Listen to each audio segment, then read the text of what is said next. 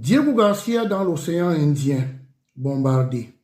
Cette base américaine est pourtant éloignée des côtes iraniennes de plus de 4000 km. N'est-ce pas là un message fort envers le Nord global? Par la suite, dans la même journée, le site nucléaire de Dimona en Israël est touché.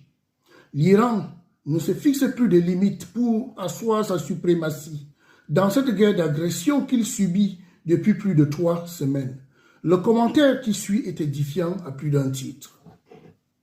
Écoutez, la nuit d'hier a été vraiment un tournant puisqu'il y a eu des attaques contre une base donc, dans l'océan Indien, une base située à 4000 km, la base de Diego Garcia, d'où sont installés donc, des bombardiers B1, B2 donc, américains, mais aussi des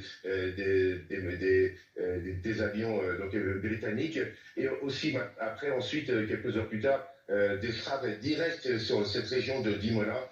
Selon Téhéran, 200 personnes ont été tuées dans ces frappes. On a vu des missiles plonger et attaquer directement leur cible sans que les systèmes de défense anti-aériens, des systèmes de défense anti-missiles puissent intervenir, des frappes directes. On se demande si ce ne sont pas désormais des missiles Rastoris, des missiles très très puissants qui ont été utilisés, des missiles Rastoris qui signifie résurrection donc en français, parce qu'ils sont très destructeurs.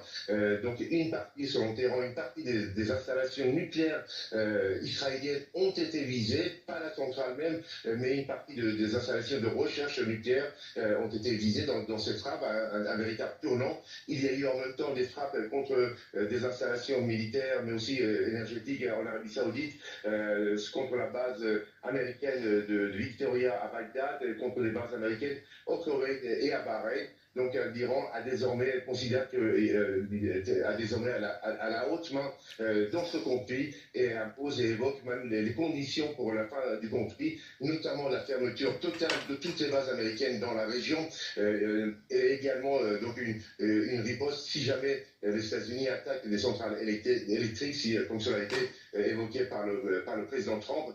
Si vous touchez à nos installations énergétiques, notamment les centrales électriques, eh bien on visera directement des installations de dessalement. Il faut savoir que dans toutes ces monarchies arabes du Golfe Persique, la population, mais aussi la vie, dépend à plus de 90% de ces installations. Et donc, si jamais ces installations sont frappées, eh bien, ça sera l'arrêt de toute activité humaine, l'arrêt de toute la vie, puisque on ne peut pas tenir plus de quelques jours sans ces installations qui font